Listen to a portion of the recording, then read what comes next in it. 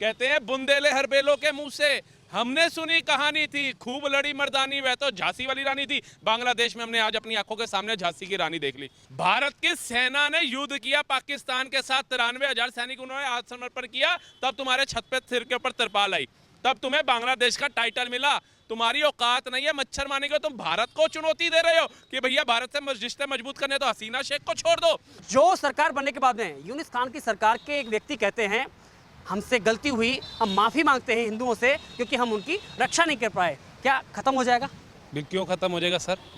आपकी आर्मी क्या कर रही थी? आपकी सेना क्या कर रही थी? आपकी सेना आप ही के देश की एक महिला प्रधानमंत्री को नहीं सेव कर पाई, उनको भगाना पड़ गया। 15-45 मिनट का अल्टीमेटम देना पड़ गया। बहन बेटियों को चुन चुन करके, उनका मंगलसूत्र देख करके, उनकी मांग में सिंदूर देख देख करके चुन चुन के बलात्कार किया जा रहा था। आप मौन थे। आज जब एक शेरनी सड़क पे उतरी, उसके पीछे लाखों हिंदुओं का हजूम निकल आया, तब आपको शर्म आ रही है? तब आपको ये व्यक्त कर पा रहे हैं कि हमें माफ़ी मांगते हैं कि हम हिंदुओं को नहीं बचा पाए? आप बताइए। कहते हैं बुंदेले हर बेलों के मुंह से। हमने सुनी कहानी थी, खूब लड़ी मर्दानी, वह तो झांसी वाली रानी थी। बांग्लादेश में हमने आज अपनी आंखों के सामने झांसी की रानी देख ली। हम इतिहास में तो नहीं देखा होगा झांसी की रानी को, सुनते थे, लेकिन जब एक महिला ने, एक हमारी बहन ने तलवार उठाई, उसके पीछे लाखों का हजूम आ गया। आज वो कहाँ घुस गए, कौन सी गुफाओं में चले गए वो? आप बताइए। इनका एक नेता कहता है मोदी जी को कि भैया भारत सरकार से हम निवेदन करते हैं हसीना शेख को यहाँ छोड़ दें अगर बांग्लादेश के और भारत के रिश्ते अच्छे चाहते हैं। तुम, अरे तुम्हारी औकात क्या है? तुम भारत को ये बात बोल रहे हो। भारत की सेना ने युद्ध किया पाकिस्तान के साथ, 93,000 सैनिक उन्होंने आत्मसमर्पण किया। तब तुम्हारे छत पे सिर के ऊपर तिरपाल आई, तब तुम्हें बांग्लादेश का टाइटल मिला। तुम्हारी औकात नहीं है मच्छर मारने की। तुम भारत को चुनौती दे रहे हो कि भैया भारत से रिश्ते मजबूत करने तो हसीना शेख को छोड़ दो। हमारे यहाँ पर एक चीज बोली जाती है, भारतीय संविधान अतिथि देवो भवा, नारी सम्मान। उस नारी सम्मान के तहत, अतिथि देवो भवा के तहत हसीना शेख यहाँ पे हैं। और हमारे आदरणीय मोदी जी ने कहा है 57 कंट्रियां अगर आपको शरण नहीं दी ना मुस्लिमों ने, लात मारो।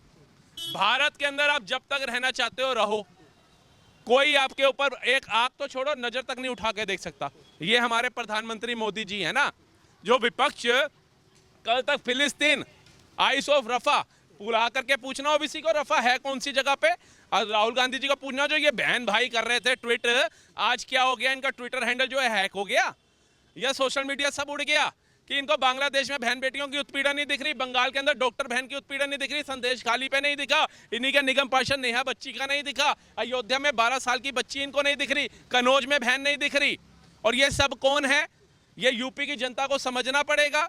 36 से 37 सीटें दी हैं, 35 से 36 सीटें क्या इसलिए दी थी कि अयोध्या जैसी पवित्र भूमि के अंदर 12 साल की बच्ची का बलात्कार हो, उसको 2,000 रुपये देके ये बोला जाए कि गर्भपात करा लो, उसके माँ बाप को जान से मारने की धमकी दी जाए, इसलिए आपको चुना। इसलिए भारत की जनता कह रही थी विपक्ष मजबूत होना चाहिए, अच्छा होना चाहिए, ताकि बहन बेटियों के साथ, दलितों के साथ, SC ST के साथ ऐसा हो। कनौज के अंदर भी सपा का नेता निकलता है। एक बात बताइए, जब आपको पता है इसकी सपा का इतिहास रहा है, इसके कार्यकाल के अंदर यूपी के अंदर दंगाई पड़ते थे, लोग घटते थे, बेरोजगारी बढ़ती थी। आज अगर तमिलनाडु को पछाड़ के दूसरी GDP के अंदर आया है तो उसके अंदर योगी सरकार का महत्व है।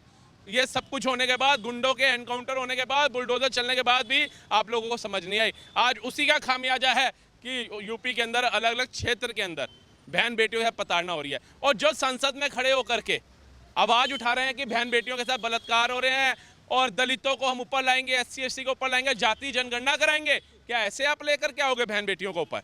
ये जो बच्ची के साथ बलात्कार हुआ ये दलित परिवार से आती थी, ऐसे दलितों को लेकर के आएंगे? वैसे आपको छुआछूत है कि SC ST पिछड़ों को हम साथ नहीं बैठते, छुआछूत है, लेकिन बलात्कार करते वक्त कहाँ चला जाता है आपका छुआछूत?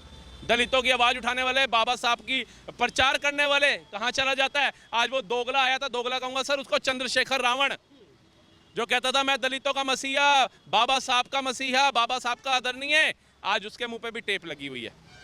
उसे क्या जनता ने इसलिए चुना था कि तू एक अलग समुदाय के समर्थन में इतना डूब जाइयो कि तेरे को दलितों का अत्याचार नहीं दिखेगा, SC ST पे हो रहा अत्याचार नहीं दिखेगा। विपक्ष से तो हमें पहले भी उम्मीद नहीं थी, लेकिन चंद्रशेखर रावण को उसी तरीके से चुन करके लोगों ने संसद में भेजा था। लेकिन बांग्लादेश में जो हिंदुओं के खिलाफ में हो रहा अत्याचार को भारत में बैठे कुछ जयचंद लोग ये कह रहे हैं कि वो आज़ादी का जश्न है या छात्रों की युवा शक्ति है। एक बात बताइए सर, जूता अगर आज़ाद हो ना मारने की, मैं जूता मारूं ऐसे लोगों। छात्रों की आज़ादी है, छात्रों का संघर्ष है।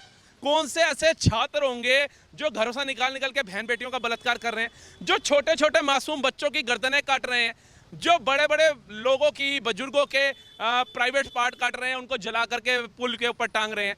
कौन से ऐसे होंगे जो अपने देश की प्रधानमंत्री, वो भी महिला प्रधानमंत्री के अंग वस्त्र को ला करके प्रचार कर रहे हैं, जो उनके घरों को लूट रहे हैं?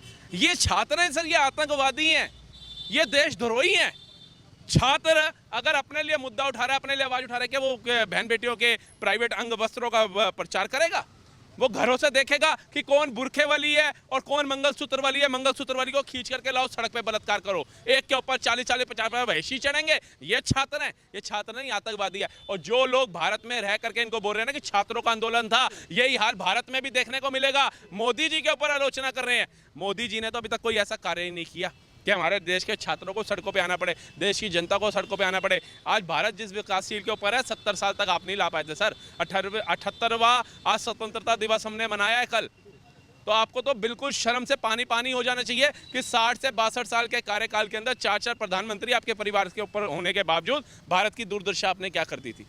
ये SC ST OBC कोई आज का निचला नहीं है। ये क्यों नहीं उभरा? आज़ादी के बाद तो तमाम लोग आए थे पाकिस्तान से, सभी समुदाय ऊपर जा रहे हैं, ये क्यों नहीं उभरे? क्योंकि आपकी कूटनीति, अनएजुकेटेड रखो इनको, गरीब रखो इनको, दबला कुचला रखो इनको, तभी तो हमें वोट मिलेगा। और आज भी आप अपने बाप दादाओं की राजनीति पर चल रहे हो।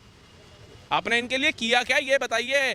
चौथी सबसे अमीर महिला थी आपकी मदर, क्या किया? अपने परिवार से ही दे देते। कोरोना काल हमने देख लिया, और कई तरीके की आपदाएं भारत में अंदर देख ली, बाढ़ क्षेत्र देख लिए। वायनाड में भी आप तब जाते हो जब RSS वहाँ पहुँच जाती है, सब कुछ काम कराती है, सेना पुल बना देती है रातों रात। उसके बाद आपको याद आता है अरे RSS पहुँच गई, जिसको कल तक मैं आतंकवादी संगठन घोषित कर रहा था। सेना पहुँच गई, जिसके ऊपर मैं प्रश्न चिन्ह उठा रहा था अग्निवीर के तहत। मैं कब पहुँचूंगा? तब आप बहन भाई पहुँच गए और गाड़ी के अंदर सर्वे कर रहे हो। उन लोगों का जो तहस नहस हुआ, और उन लोगों को भी उनके करने की सजा भुगती मिली है। एक तो ना उन्होंने नेता ढंग का चुना, ऊपर से एक हाथी, हथनी प्रेग्नेंट थी, उसके अंदर बम विस्फोट करके उड़ा दिया। एक गाय का सड़क पे कत्लेआम कर दिया। जो बोएगा वही पाएगा ना। आपके किए आपके सामने आ रहे हैं। केरला कोई छोटी तो है नहीं, बहुत बड़ी स्टेट है, उसके अंदर वायनाड की तहस नहस हुआ, आप देखो ना। उसके बाद नेता आपका जो कहता है हिंदुओं को ख़त्म कर दूंगा, हिंदू में शक्ति शब्द है, उसको खत्म कर दूंगा, ऐसे नेताओं को आप चुनते हो। और वही आपका नेता फिर भारत में टुकड़े टुकड़े गैंग वाले को टिकट देता है। तो जिनकी विचारधारा भारत के बिल्कुल विपरीत है, और वो डंके की चोट पे कहते हैं हम जनेऊधारी ब्राह्मण हैं, हम हिंदू हैं, तो उन पे शंका तो होती है ना। DNA इनका कराना चाहिए। एक बात और कि जो हिंसक भीड़ है जो हिंदुओं पर अत्याचार कर रही है, वो इस्लाम को मानने वाली है, अल्लाह अकबर के नारे लगाने वाली है, लेकिन राहुल गांधी के मुताबिक हिंदू हिंसक होता है। मैं कह तो रहा हूँ, एक दिन राहुल गांधी को 2 दिन के दौरे पे भेजो बांग्लादेश, पता चलेगा कौन सा हिंदू हिंसक है सर। उनकी बहन बेटियों की आबरू लुट गई, उनके बच्चों की गर्दनें उतर गई, उनके सुहाग उजड़ गए। वो हिंदू हिंसक अभी भी नहीं बना, आप जा करके देखो वहाँ। आज भी वो पीस प्रोटेस्ट कर रहे हैं, पीसफुल, जय श्री राम, हरे कृष्णा हरे रामा का गुणगान कर रहे हैं। अभी तक कितनी मुस्लिम बहन बेटियों को घरों से निकाल करके बलात्कार कर दिए? कोई एक वीडियो तो दिखा दो, कोई एक ट्वीट तो दिखा दो उनका। कितने मुस्लिम भाइयों को लटका दिया, एक तो दिखा दो। ये सब जिहादीपना, इतना मतलब क्रूरता इनके अंदर क्यों है?